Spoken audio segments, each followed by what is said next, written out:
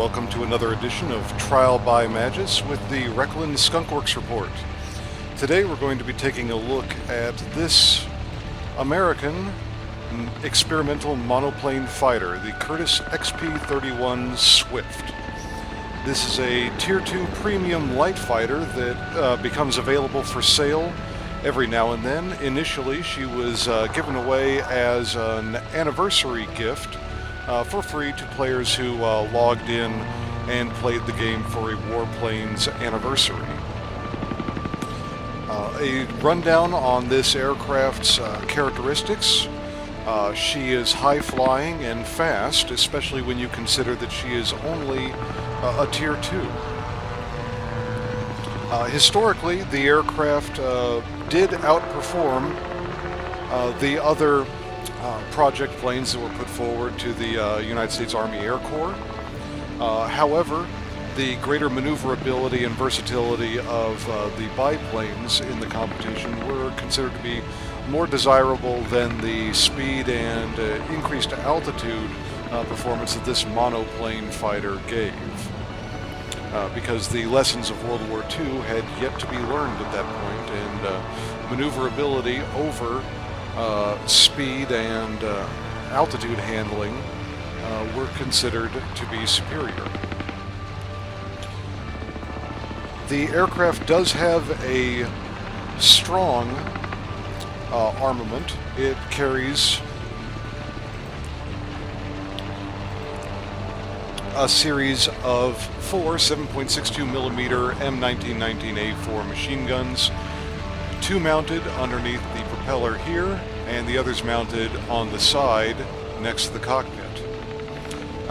That provides fire along the center line of the fuselage, so it is rather easy to aim them. You don't have to worry about the convergence of wing-mounted guns like you do on American planes later on in the game. So with the Swift, it's very much a game of get right behind your enemy and just let them have it. For equipment to mount on her, I recommend engine tuning to increase the performance of that powerful little engine she's got. Improved covering, as always, to prevent critical damage to your wings and tail from killing your maneuverability, which is already limited in this aircraft compared to biplanes you're going to run into at the same tier. And control surface adjustment to increase her maneuverability up at altitude. Tactics with this aircraft basically is just how you would expect them to be from the characteristics I've given you on her so far. She flies like a Tier 2 P-51 Mustang. You take her up high, you win the dogfights up high first, and then you spend the rest of the battle diving down on lower flying opponents and using your speed and ability to get back up to altitude in order to escape from a counterattack. All that being said, the aircraft is rather maneuverable for a monoplane, and she's not going to win any turn fights against a biplane fighter that is meant to fight that way, but the Swift does perform pretty well in that regard. She works really well with a wingman to keep your tail clear and to concentrate fire on hard-to-kill targets like heavy fighters and ground attack aircraft.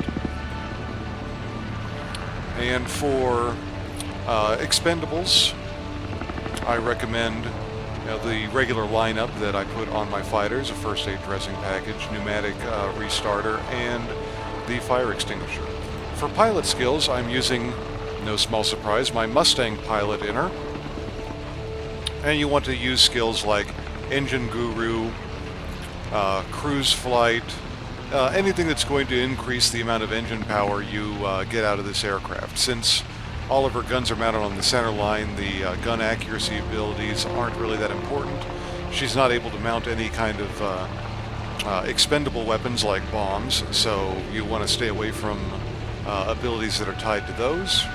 Other useful abilities would be things like firefighting, perhaps evasive target, or even aerodynamics expert. Again, The extra abilities you take on this thing after you get the Engine Guru abilities are mostly going to be tied to the equipment that you're mounting onto the aircraft, so you can get further mileage out of them and what they'll do for you. I have a battle for you now here in it while I was flighted up with Lawnmowered Man, flying the AR-68. The two aircraft teamed up really well in that regard. Neither of them are the most maneuverable in the tier, but covering each other, it works out pretty well. Hope you enjoy it. Happy Dunkirking, and good hunting.